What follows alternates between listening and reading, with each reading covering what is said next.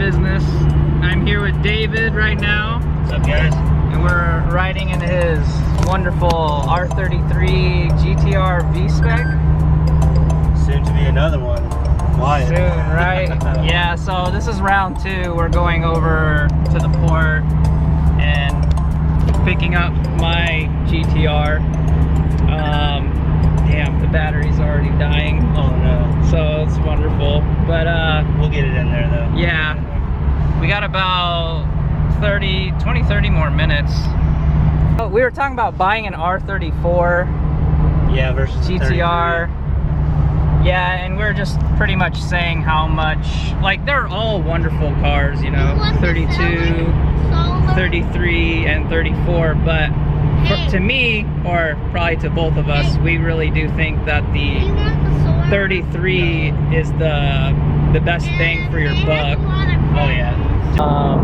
But like you said, David, you get the V-Spec. Yeah, if you're gonna get a 33, get the V-Spec for sure. Yeah, and I almost bought the base model.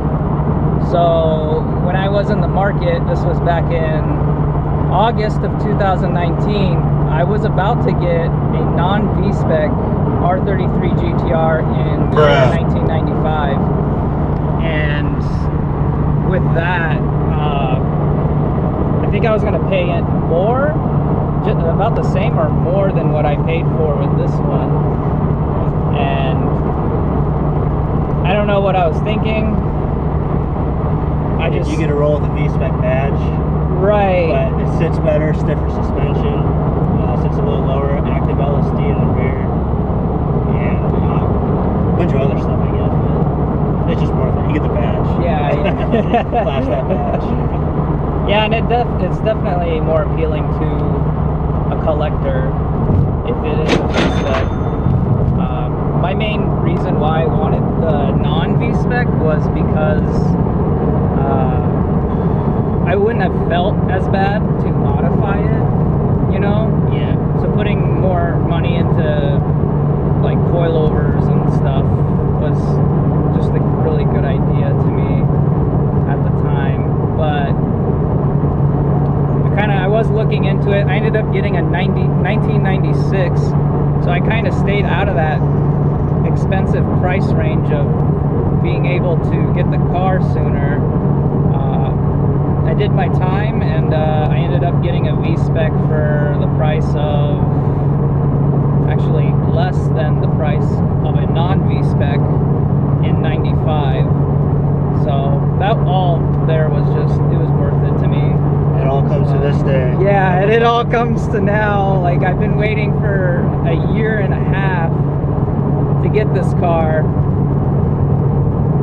I mean, I've done a lot of research and I've been importing multiple cars, but this beats the cake. Like, this is the one. You're gonna enjoy it. Yeah. We got a sneak peek of it Friday. Yeah, It looks good. Yeah, we did get that. Yep.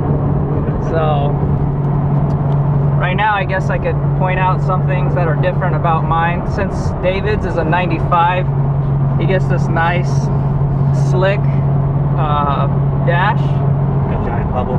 Yeah, mine's got like the cutout of the airbag, which, I mean, safer, I guess. But I would prefer the more sleek look, but I guess that's one way to tell that it's not a 1995. Yeah. Probably something a lot of people that are watching this don't know about the GTR, so that's good to know. The steering wheel, I don't know much about it. You might.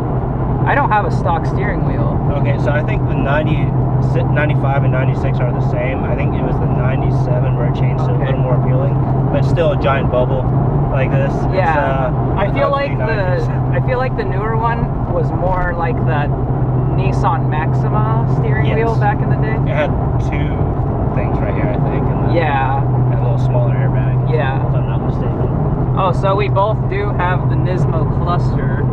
And that's money right there, especially for collectors. Right. But this is how you tell it's V-Spec as well. There's the active LSD light. Right there you go. So, I mean, best way is you can see that you're going faster. Yeah. Oh yeah. But yeah, that's pretty cool. Mine also has that. So that's another reason why I got it, you know. And Which, if you want to get that later on, it's roughly 3,000 bucks. So ooh, it's money to have. yeah. So during the time when I was buying one, it was only it was like $1,000 or something like that. Oh, really? Yeah. So when you told me 3, I was like, that's new to me. But guys, leave your stock gauges if you get a 33 GTR. I mean, even 32, like it's really useful. I see a lot of people pull them out. Doesn't make any sense. I mean, if you want to... Yeah, right here. You can focus on that. Oh, great. Well, that's for the pair as well, but still. Yeah, we got it. That's $3,000. $3,000. Well, right here, you got it. $3,000. Yeah, I don't have a stock CD player. So Yeah, it's better not to have one. I guess, yeah, my I'll change it GTS. eventually. Yeah, you will. You were thinking of relocating this to the glove box, which is good. One, so that we get a double din in here. You could probably put it right on top here, maybe. Yeah, as long as it closes. Yeah, that'd be cool. GTR badge. So you guys, I'll make a separate video of mine, probably a review over it. Then you can see David's video and then my video and see the difference between the two. But I mean, it's only 1 year. It's not much. 2 hours later. Record real quick. Alright, so we made it. What do you think, man? It's amazing. It looks good. I can see it from here. I'll wait to show you guys, but we found this just chilling out here. What is this, a Toyota Crown? Yeah, so it's a Toyota Crown, and it's got a grade R, so it's been repaired.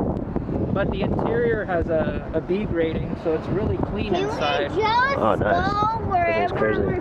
Who knows where it's been repaired? Because Oh, yeah. it's hard to tell.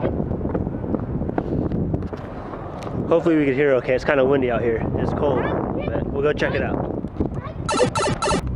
All right, we're sitting at the port again. It is Monday. We were here last Friday with no luck, so White went in there and hopefully he gets it. So let's see how it goes.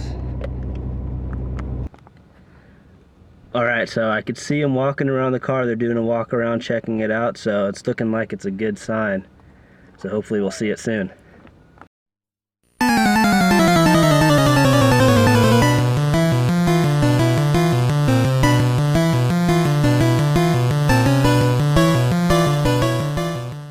All right, man, what do you think? What do you think? I like it. It needs to be cleaned up. Yeah, well, just came off the boat, so. Dude, it looks so good though, man. That looked good you pulling out. We'll do a full walk around later.